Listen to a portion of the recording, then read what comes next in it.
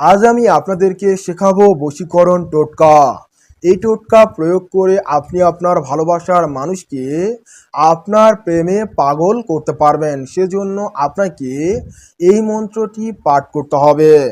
মন্ত্রটি হলো ওম শ্রী বং বং হু অমুকের কন্যা অথবা পুত্র অমুক মম বশ কুরু কুরু সহা ওম হিরিং হিরিং ক্লিং ক্লিং পট সহা। এই বিশেষ মন্ত্রটি আপনাকে 108 বার দক্ষিণ দিকে মুখ করে বৃহস্পতিবার ভোরবেলায় উচ্চারণ করতে হবে। পবিত্রতার সহিত এই কাজটি করবেন। যদি সম্ভব হয় শুক্র পক্ষের প্রথম বৃহস্পতিবার ভোরবেলা এই কাজটি করুন এবং তারপর সাদা কাগজের উপর মন্ত্রটি লিখুন। উক্ত ব্যক্তির নামসহ তার উল্টো পিঠে এইভাবে লিখুন অমুকের কন্যা অথবা পুত্র অমুক, লিখে একটি কমা দিন। অমুকের কন্যা অথবা পুত্র অমুকের প্রতি গভীর মহব্বতে আশেক হোক।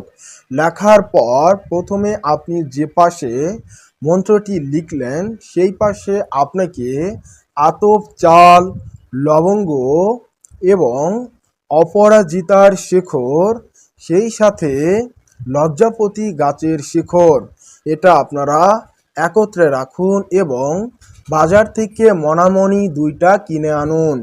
সেই মনামণিও আপনি রাখুন। রেখে তাবিজ আকারে ভাঁজ করে নিন এবং মাদুলিতে ভরে মম দিয়ে মুখটা বন্ধ করুন এবং এই তাবিজটি সেই কাঙ্ক্ষিত নারীর বাড়ির গেট, দরজা এই সমস্ত স্থানে পুঁতে দিন।